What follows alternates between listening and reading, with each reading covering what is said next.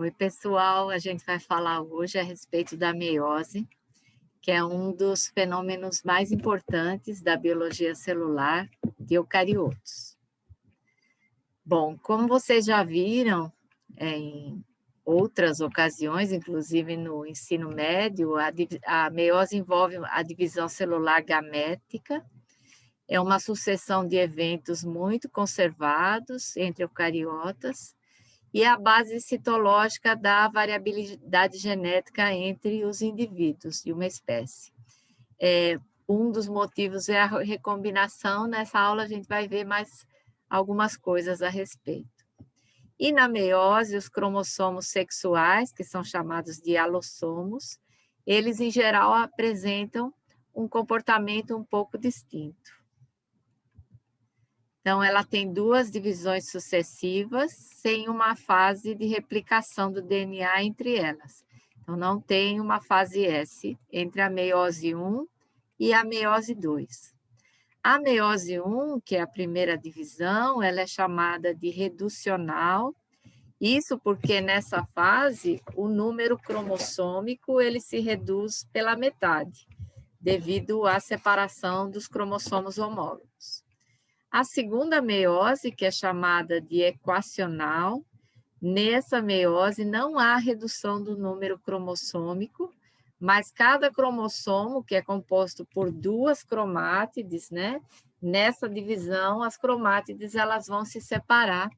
Por isso que se diz que a meiose 2 ela é muito parecida com uma mitose. Antes que a meiose inicie, a interfase anterior, ela também é especial.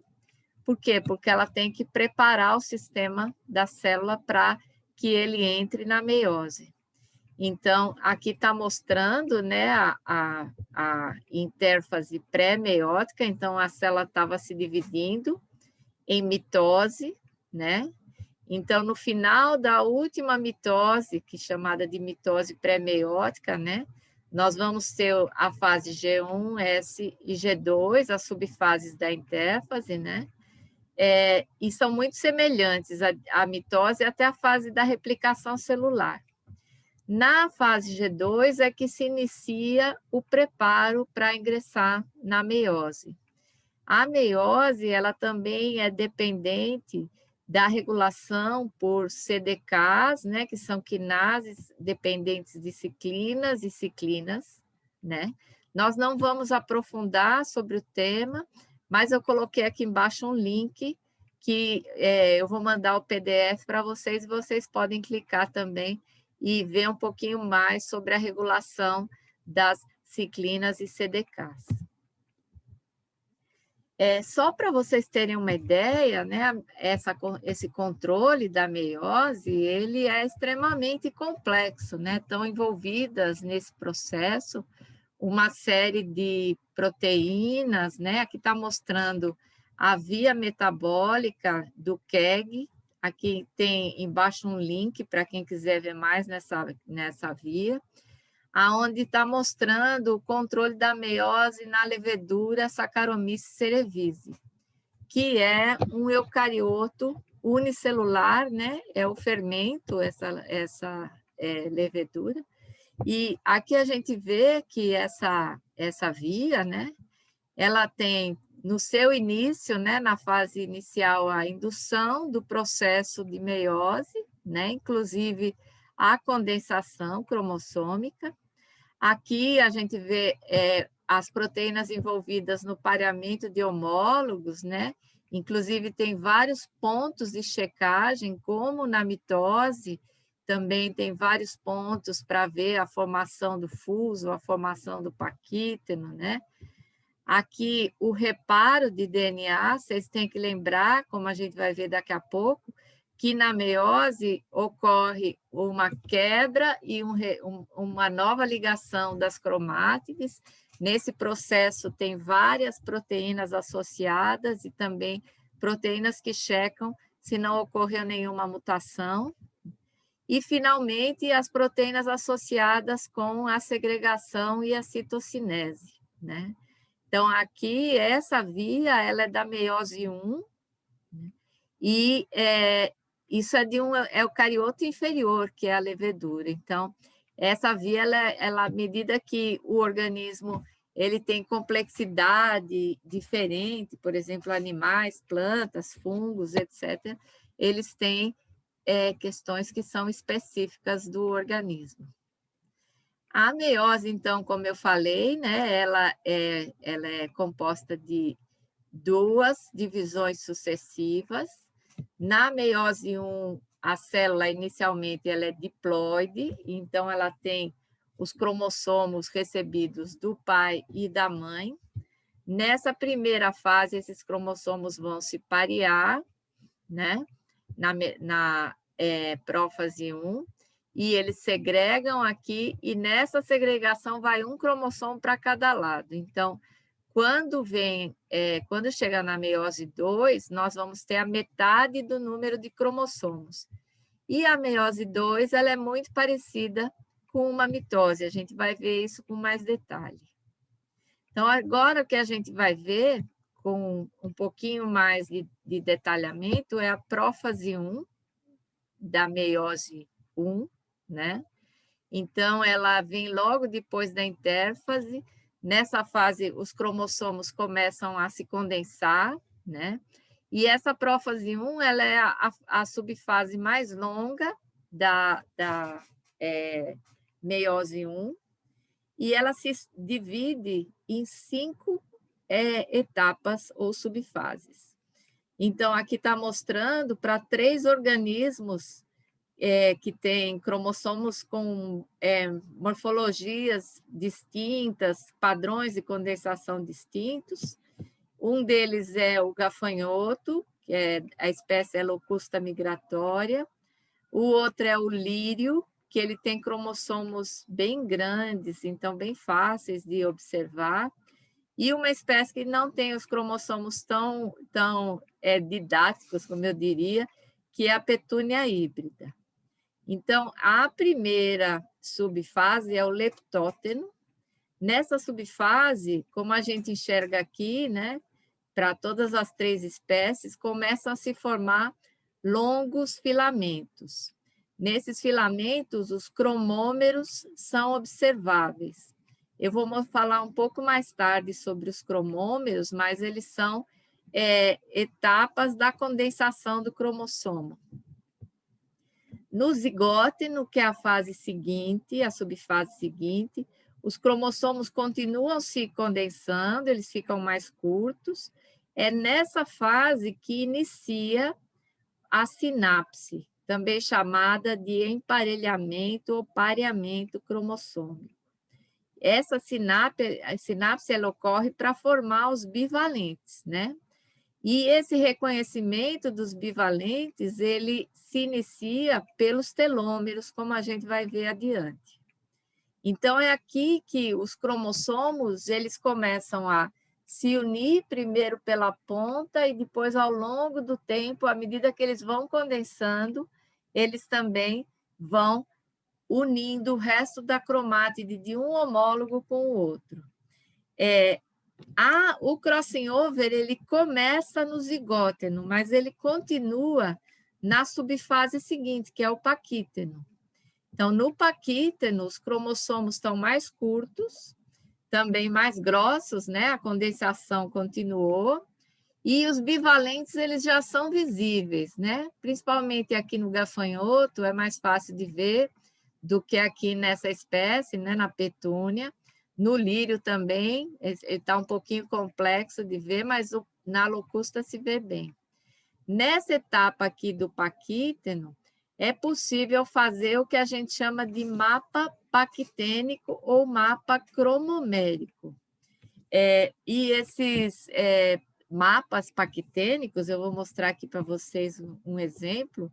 Aqui é o mapa paquitênico do arroz, da espécie Oryza sativa, e esse mapa foi gerado com base na interpretação de cromossomos como esses daqui. Então, quando você olha esses cromossomos, aqui está o cromossomo do arroz numa metáfase mitótica, na mitose, né? Na subfase de metáfase. Vejam que eles estão, inclusive, aqui na mesma ampliação, com a mesma escala. E, nesse caso aqui, eles estão bem mais compridos. Por quê? Porque esse cromossomo aqui, ele é resultado da união de um cromossomo, de um parental, que veio de um parental, com o que veio de outro parental. E os dois têm duas cromátides. Então, quando eles se unem, né, eles não estão completamente condensados, como aqui na mitose, então eles ficam assim mais longos. A vantagem de olhar os cromossomos nesse estágio é que a gente consegue identificar essas estruturas aqui. Então, o que, que nós temos aqui? Essas regiões mais escuras, que são chamadas de nódulos, que equivalem às bandas C. Esse círculo aqui, ele marca a posição do centrômero, né? E aqui nas extremidades, né, essas estruturas ovalares mais claras e azul claro, são as ROMs, as regiões organizadoras do nucleolo. Nem todas as espécies, em várias espécies, não é possível analisar esses mapas paquitênicos com tanta facilidade. Algumas espécies, elas têm cromossomos que têm uma definição melhor do que as outras.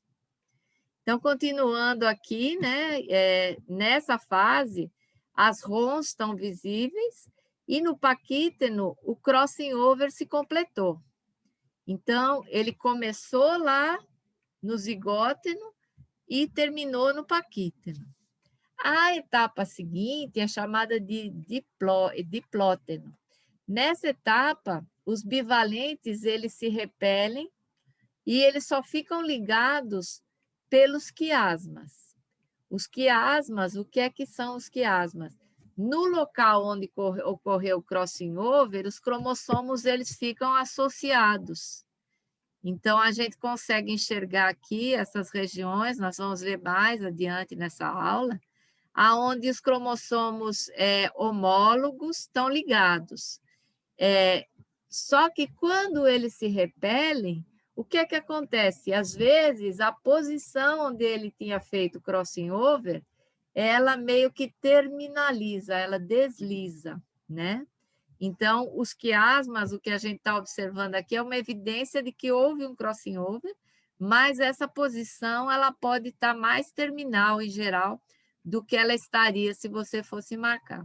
Vejam aqui também a mesma coisa que eu falei, alguns cromossomos eles têm uma resolução melhor para você observar o pareamento, né, do que outras espécies, né? Então, aqui vocês veem que no caso do lírio fica mais difícil, aqui na petúnia também é um pouco mais complexo do que no gafanhoto. A etapa seguinte chama-se diacinese. Nessa etapa, os cromossomos continuaram condensando, eles estão mais curtos e mais grossos. E os quiasmas, eles ainda tendem a terminalizar mais. Então, o quiasma está numa posição, à medida que for condensando, ele pode ficar, inclusive, preso só na ponta. Se a gente for olhar aqui, esse cromossomo aqui, que parece um círculo, possivelmente esse crossing over, ele não foi assim tão terminal, ele foi mais intercalar, mas nesse processo de repulsão, ele terminaliza, né? O nucleolo, nessa etapa, ele desaparece, né? E a carioteca, ela também se rompe, os cromossomos ficam sem a proteção da carioteca. Então, no final, né, da meiose 1, após a prófase 1, né, nós temos a metáfase 1, né, muito parecida com a metáfase da mitose, só que ao invés dos cromossomos alinharem na placa equatorial, quem se alinha nesse momento são os bivalentes, né? A anáfase 1 separa os bivalentes, os homólogos, né? E a telófase 1, então os cromossomos chegam aos polos. Nessa etapa, pode haver uma descondensação total ou parcial. E aí, depois que ocorre a citocinese, cada célula filha ela vai ter metade do número de cromossomos da célula original que entrou em meiose. Então, aqui está mostrando, né, uma célula diploide com 2 N cromossomos, né?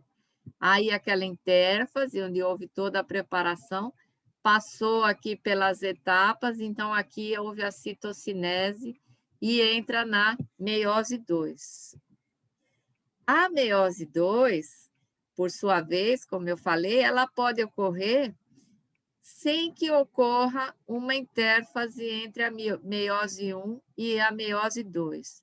Mas essa intérfase, também chamada de intercinese, ela pode ocorrer, né? E quando ocorre, em geral, é um intervalo curto. Como está anotado aqui, é inexistente em algumas espécies, e não há síntese de DNA, quer dizer, o DNA não replica, como ocorre numa intérfase na mitose. Então, a meiose 2, o que nós temos, né? A prófase 2, onde ocorre o início da condensação dos cromossomos, né? A metáfase 2, que os cromossomos já estão condensados e eles são empurrados pelas fibras do fuso para a região do equador da célula, por isso a gente chama de placa equatorial, né? A anáfase 2, onde ocorre a segregação das cromátides, né? A telófase 2, nesse caso aqui, os cromossomos voltam a se descondensar, e no final nós vamos ter as 4 células haploides produto da meiose. Essas células depois vão passar por um processo de diferenciação para formar os gametas, que no caso das plantas são chamados de esporos, né, e dos animais, gametas. Aqui mostrando o que acontece com relação ao número de cromossomos, ao número de cromátides e a quantidade de DNA nesse processo da meiose. Então, quando a meiose começou, na primeira intérfase, antes da meiose, né, nós tivemos a fase G1, S, G2. Então, antes de ter a replicação, né, nós tínhamos 2 N cromossomos, uma cromátide por cromossomos e 2C, que é o valor de quantidade de DNA que vocês já viram numa aula anterior. Então, aqui mostra, né, na fase S, dobrou, o que tinha uma cromátide só por cromossomo, passou a ter 2, né? Então, aí a gente entra, nessa situação é que a célula entra na meiose. Cada célula tem 2 cromossomos homólogos de cada par, cada um com 2 cromátides. Então, na primeira divisão, o que é que acontece? O número de cromossomos passa a ser a metade. Então, reduziu de 2N para N. O número de cromátides, que era de 4, né, porque tem 2 homólogos, e para cada par, então, 4 cromátides. O que aconteceu? Eles se dividiram, então tem a metade do número total de cromátides naquela célula. E a quantidade de DNA reduziu de 4 para 2C. Na segunda divisão da meiose, o que acontece? Cada célula, cada cromossomo tem 2 cromátides, né? E aí essas cromátides se separam. Então, quando isso acontece, o número de cromossomos continua o mesmo, porque aqui eu não tinha já metade dos cromossomos, só que cada um com 2 cromátides, continua o mesmo número, cada um com 2 cromátides. Aqui eu tinha 2 cromátides por cromossomo, passou a ter 1. E a quantidade total de DNA da célula passa a ser de 1C. Então, durante a meiose, não apenas reduz o número de cromossomos à metade, mas também reduz a quantidade de DNA a 1/4 daquela de uma célula diploide normal. Então, aqui só exemplificando com uma ilustração, que inclusive ela está no livro do Marcelo Guerra também, mostrando um exemplo do milho e do homem. Então, quando entra na prófase 1, né, aqui, o milho, né, 2N igual a 20, e forma 10 bivalentes. O homem, né, ele tem 2N igual a 46, 23 bivalentes. O número de cromátides, cada cromossomo desse do milho tem 2 cromátides, então nós temos 40 cromátides, no homem 92. E a quantidade de DNA é 4C. Aqui, durante a prófase 1, não tem nenhuma alteração nesses números, nem na metáfase. É na anáfase que sempre ocorre a segregação, né? A segregação dos bivalentes e depois a segregação das cromátides na metáfase 2. Então, eu sempre digo que a anáfase é tipo um checkpoint onde muda a situação. Então, passou de 20 cromossomos para 10 cromossomos no milho, 46 para 23 no homem, 40 cromátides para 20 no milho, 92 para 46. E deu origem a uma célula 4C, deu origem a 2 células com a quantidade de DNA 2C. Na anáfase seguinte, ou seja, depois da metáfase 2, é que ocorre essa segregação das cromátides. E aí, o que é que nós vamos ter? O número continua igual, tanto no homem quanto no milho, mas muda o número de cromátides por célula, passa a ser 10 para o milho, 23 para o homem. E no final nós temos 4 células com 1/4 da quantidade de DNA original. Na meiose, a situação, digamos assim, mais canônica, normal, frequente, é que os cromossomos, eles pareiem, né? 2 cromossomos de cada vez, que é o que a gente chama de bivalente. Porém, ocorrem em situações normais ou também em situações anômalas, outros tipos de pareamento, né? Então, nós temos aqui alguns exemplos de bivalentes, né? Normais. Aqui o bivalente do par sexual de humano, o pareamento normal. E aqui eu estou mostrando algumas situações anômalas. Nesse caso aqui, em cevada, esse que está apontado com a setinha, ele formou um trivalente. Significa 3 cromossomos parearam juntos, né? Fizeram sinapse. Aqui é uma situação que não é anômala, em gafanhoto, onde o sistema sexual é do tipo X0. Esse sistema sexual significa, a gente vai ver mais sobre ele na aula de cromossomos sexuais, mas significa que o X ele não tem homólogo, então ele forma o que a gente chama de monovalente, ele não pareia com ninguém. Mas é uma situação normal nesse caso. Então, outras situações podem ser, né, além de mono e trivalente, que eu mostrei os exemplos, tetravalente, e, em geral, acima disso, a gente pode chamar de uma forma generalista de multivalente. Bom, como eu falei antes, os telômeros eles têm um papel no pareamento cromossômico, né? Ou seja, na sinapse. E o papel desses telômeros ele ocorre durante a prófase 1, da meiose 1. Então, aqui está mostrando esse esquema, é de um artigo que é bem didático, onde ele mostra aqui os centrômeros, os telômeros associados com a carioteca, né? E eles começam a migrar em direção a esse centrosomo.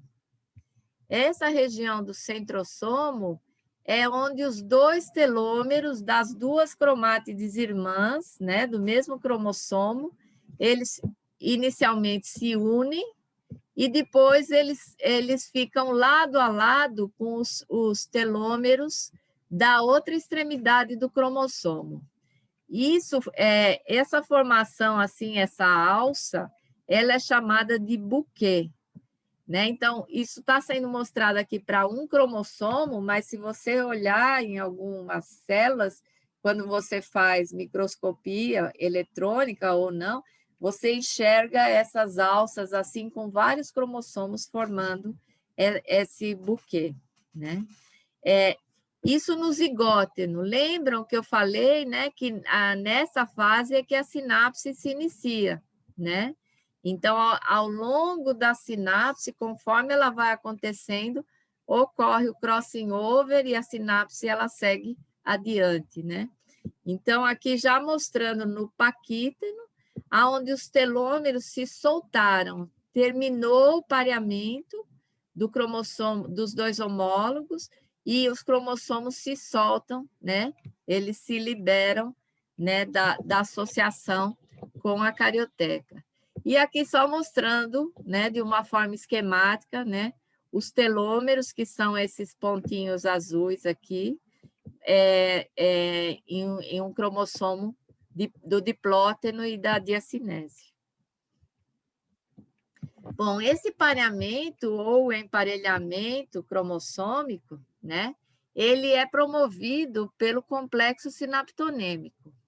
Então, aqui está mostrando um esquema que eu acho bem legal, onde está mostrando dois cromossomos homólogos, um azul e um vermelho, e aqui foi feito tipo um corte transversal e a gente enxerga aqui. Então, aqui a cromátide de um dos cromossomos, digamos aquele que veio do pai, e aqui a cromátide do outro cromossomo, aquele que veio da mãe. Então, eles se associam assim de uma forma bem íntima, né?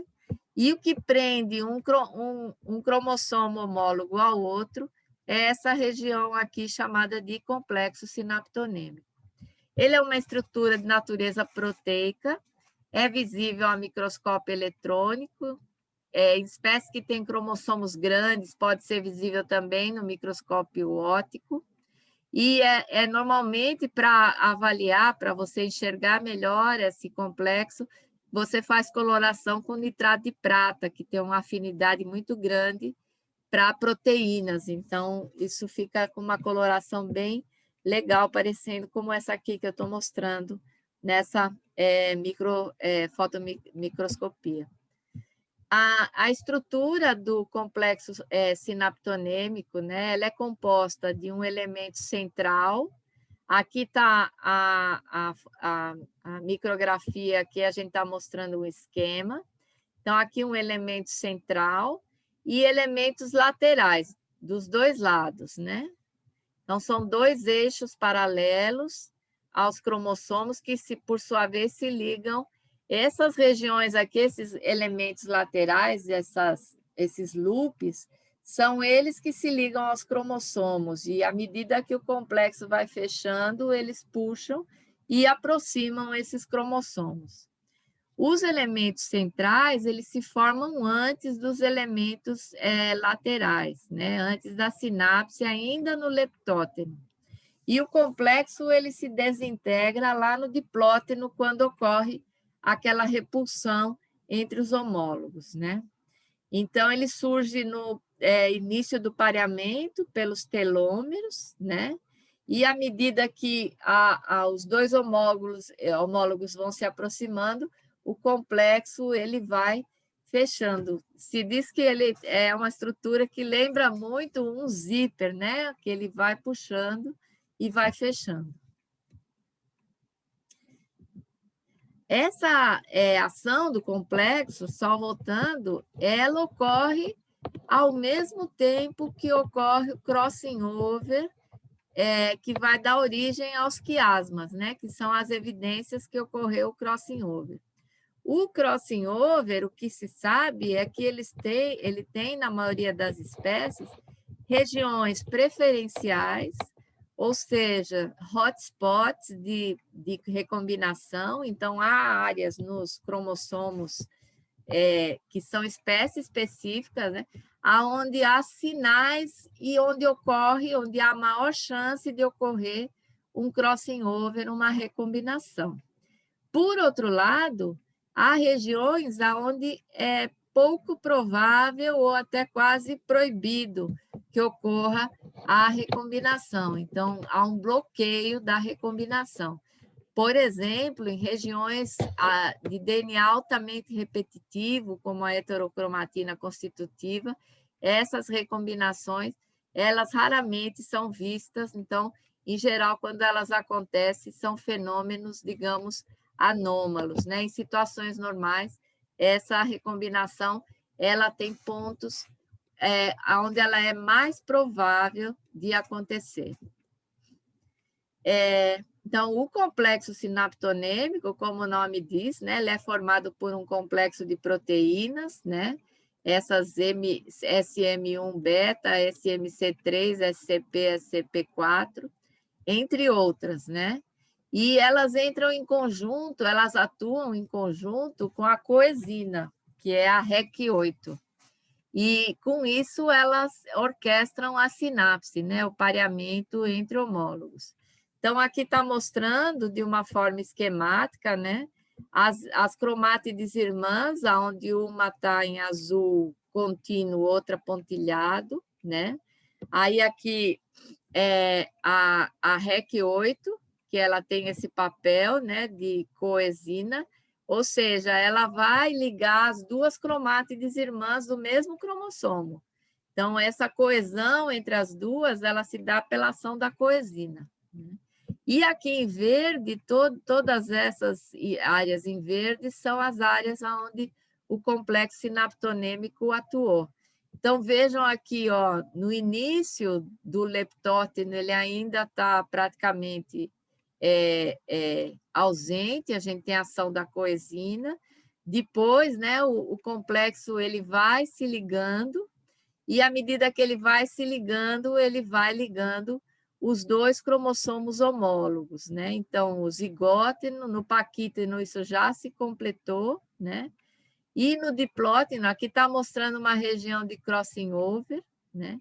Aqui na diacinese houve essa repulsão, né?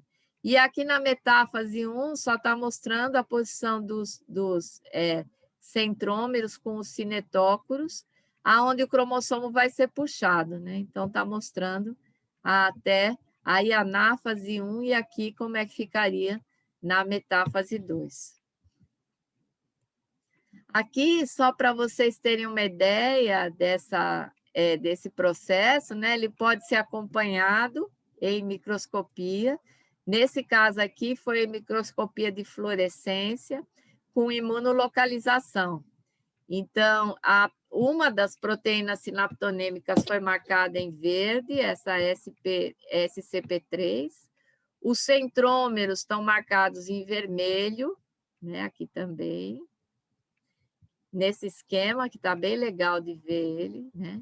E o restante da cromatina foi marcado em azul com o corante DAP, né? Que cora toda a cromatina, né?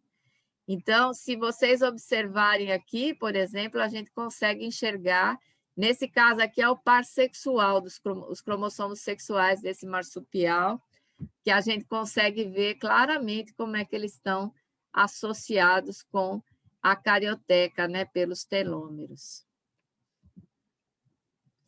Além, né, dessas proteínas do complexo sinaptonêmico, as coenzinas, né, que são aquelas que associam, aqui tá mostrado, as duas cromátides do mesmo cromossomo. Então, um cromossomo que veio da mãe, as duas cromátides estão associadas pela coenzina, a mesma coisa o cromossomo que veio do pai, e essas coenzinas, elas são da maior importância, né, para que todo esse complexo ele se mantenha, né, com uma boa estrutura.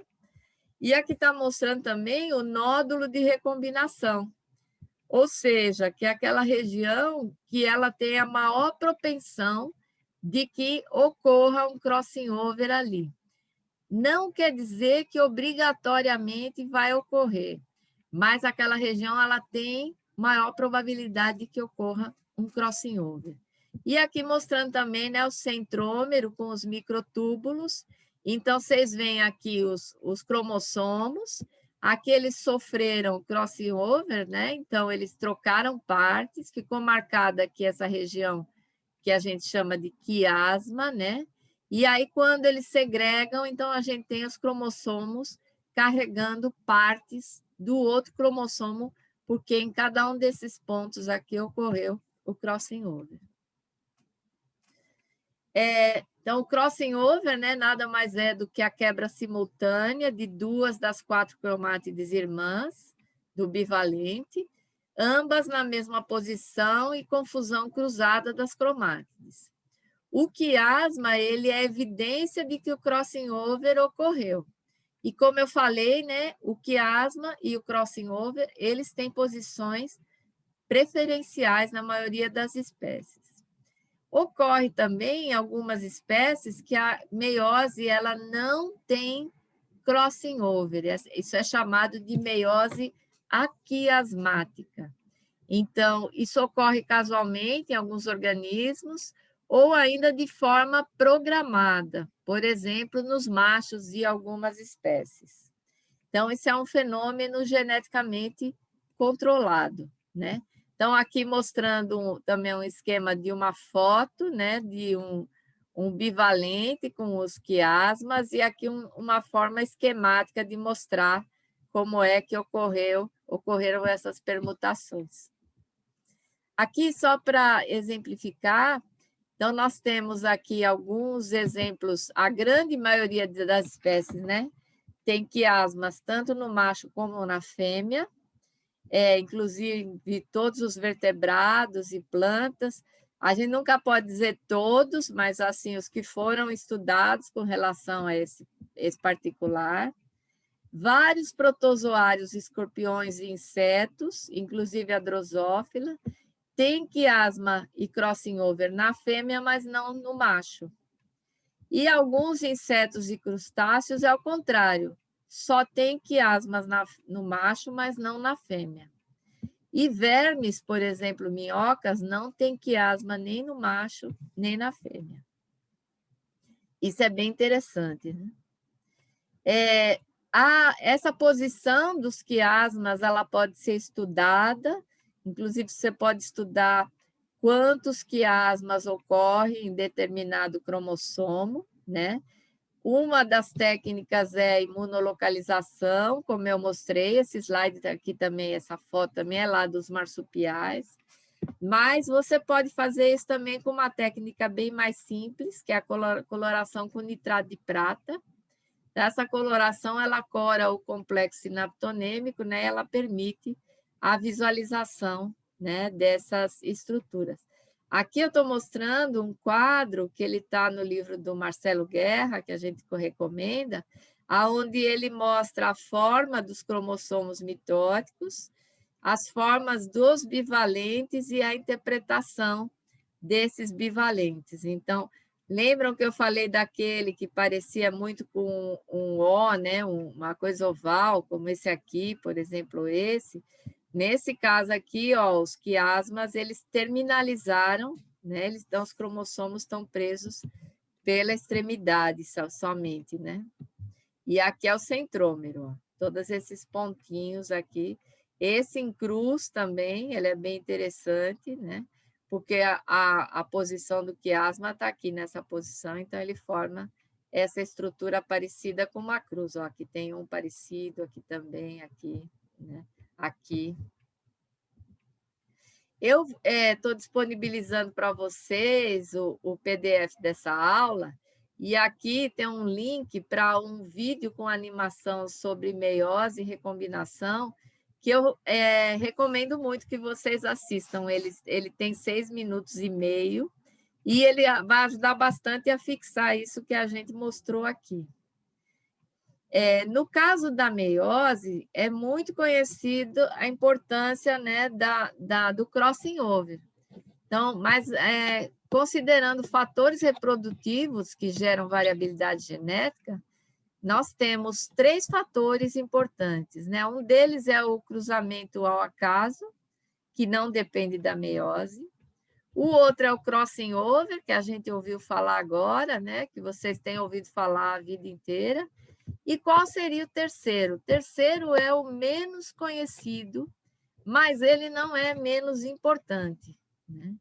É a segregação independente dos cromossomos homólogos. Como é que é isso?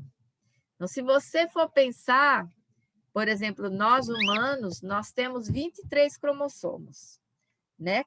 Recebidos do pai e 23 cromossomos recebidos da mãe. Esses cromossomos, na hora deles segregarem, eles não vão segregar todos os do pai para um lado e os da mãe para o outro. Por quê? Porque a segregação ela é aleatória. Então, no par 1, pode segregar o do pai para um lado, da mãe para o outro. No par 2, pode acontecer o contrário. No par 3, pode acontecer a mesma coisa do primeiro ou do segundo, e isso 23 vezes. Isso é chamado de segregação independente, em inglês é independent assortment ou random segregation. Eu falo, às vezes, os termos em inglês, porque vocês vão ler artigos e vocês precisam estar cientes desses termos. Então, aqui está mostrando uma situação hipotética de uma espécie que tem só 2 pares de cromossomos. Ó. Aí, esse veio da mãe, esse veio do pai, o par grande, esse veio da mãe, esse veio do pai, o par pequeno. E agora aqui está mostrando que na meiose 1, né, eles se separaram, né? E na meiose 2, quando eles separam de novo, a gente vai ter diferentes combinações dessas cromátides. E cada meiose isso vai ser diferente. Então, se no caso aí desse que tem tão poucos cromossomos, a gente tem variação, imagina uma espécie, né, que tem muitos cromossomos. Nesse caso aqui à direita, só está mostrando que além desse processo, nós também temos o crossing over. Então, o crossing over, junto com a segregação independente, eles geram muita variabilidade. Isso é um dos motivos pelo qual espécies que não fazem crossing over, aquelas espécies que eu falei, a quiasmática, que tem a meiose quiasmática, elas também geram variabilidade genética. Então, não é só o crossing over responsável por essa variação. Então, aqui mostrando, né, como é que se calcula essa variação, o número de possíveis combinações dos cromossomos dos 2 pais, ele pode ser calculado dessa forma, 2 elevado a n, onde n é o número cromossômico haploide do organismo em questão. No caso de humano, né, nós temos 23 cromossomos, né? É o complemento haploide. Então, 2 elevado a 23, nós temos mais de 8 milhões de possibilidades de combinação dos cromossomos dos nossos pais, que, por sua vez, já são combinações dos cromossomos dos nossos avós, né? Tanto do lado de pai como de mãe. Então, isso é um processo muito esperto, né? Por quê? Porque ele vai garantir variabilidade. Se você for pensar em termos de evolução, isso é uma coisa extremamente importante. Para finalizar, eu queria falar um pouco sobre a meiose em humanos e mamíferos, né? No sexo masculino, a meiose ocorre nos testículos, que geralmente eles ficam fora da cavidade abdominal em uma bolsa chamada de bolsa escrotal, né? E dessa forma a temperatura ela permanece pelo menos 1 grau inferior à temperatura do corpo. Essa temperatura mais baixa ela é ideal para a produção de espermatozoides saudáveis. No caso das fêmeas, o que é que acontece? Né? Nas fêmeas, a nossa meiose começa ainda na fase intrauterina da nossa mãe. Então, quando a nossa mãe está na nossa gestação, no 5º mês do nosso desenvolvimento, todos os nossos óvulos, eles entram em meiose. E aí eles começam a prófase e passam pelo leptóteno, zigóteno e o paquíteno. Quando chega no diplóteno, há uma pausa, né?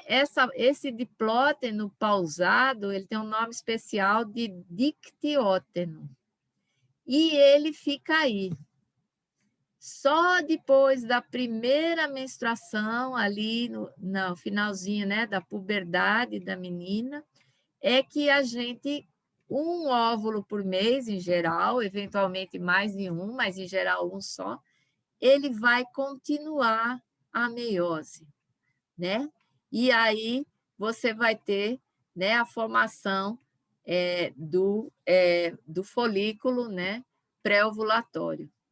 Então, a meiose das fêmeas de mamíferos, ela fica estacionada. E como a gente começa a menstruar por volta dos 10 anos, e essa fase fértil pode ir até cerca de 58 anos em algumas mulheres, a meiose ela fica parada esse tempo todo. Isso a gente vai ver na aula de alterações numéricas e estruturais também, é um dos riscos, né, de gestação na idade materna avançada, porque quanto mais longo for esse intervalo, maior é a chance de que depois, quando é retomada essa meiose, que ocorra algum erro, principalmente não disjunção, que a gente vai ver depois o que é, né? E para finalizar mesmo agora, a gente vai ver na aula prática alguns materiais a que a gente vai analisar e a gente vai ver essa questão da heteropicnose, que é uma condensação diferenciada que ocorre durante a meiose no par sexual, nos alossomos de algumas espécies. Então, em várias espécies, os alossomos eles têm essa heteropicnose, né? Por exemplo, insetos com sistema X0, né? E no caso dos mamíferos, os cromossomos, o par sexual, em geral, está mais condensado e se associa no final do zigóteno e forma uma chamada vesícula sexual. Mas o que é essa heteropicnose? Vocês já viram isso na aula de bandeamento, mas é quando todos os cromossomos eles estão numa etapa de condensação determinada e os outros cromossomos estão numa etapa ou mais avançada de condensação ou menos condensados. Eu uso muito o exemplo da heteropicnose, daquela falta de consonância. Então, você imagine um baile com todo mundo dançando rock and roll e um casal dançando valsa, assim, bem lento, né? Mas a maioria vai estar dançando rock and roll. Ou o contrário, tá todo mundo dançando valsa, bem lento, e dois doidos lá, ou três, dançando rock and roll. Então, eles estão em descompasso com o restante. Então, é o que, por exemplo, a gente vê aqui, ó, nessa célula de gafanhoto, aonde tem o cromossomo X bem mais condensado, né? Isso a gente diz que é heteropicnose positiva, porque ele está mais condensado, né? Aqui, ó, nesse outro gafanhoto, a gente também tem o X aqui, ó, com heteropicnose positiva. E aqui, nesse percevejo aqui, a gente enxerga aqui que tem até dificuldade de enxergar, né? É o contrário, o X está em heteropicnose negativa, ele está menos condensado. Então, aqui só alguma leitura que eu gostaria de recomendar para vocês. Tem uns links aí com animações em inglês, mas eu estou passando na Google Class para vocês também um link de um vídeo bem curtinho que explica como você pode acrescentar legendas em português em qualquer animação em inglês. Então, com isso, vocês não têm como dizer. Em geral, essas animações também, mesmo só com a imagem, elas são bastante didáticas, por isso eu recomendo que vocês assistam. Então, com isso, eu queria terminar a nossa aula e agradecer pela atenção. Até mais.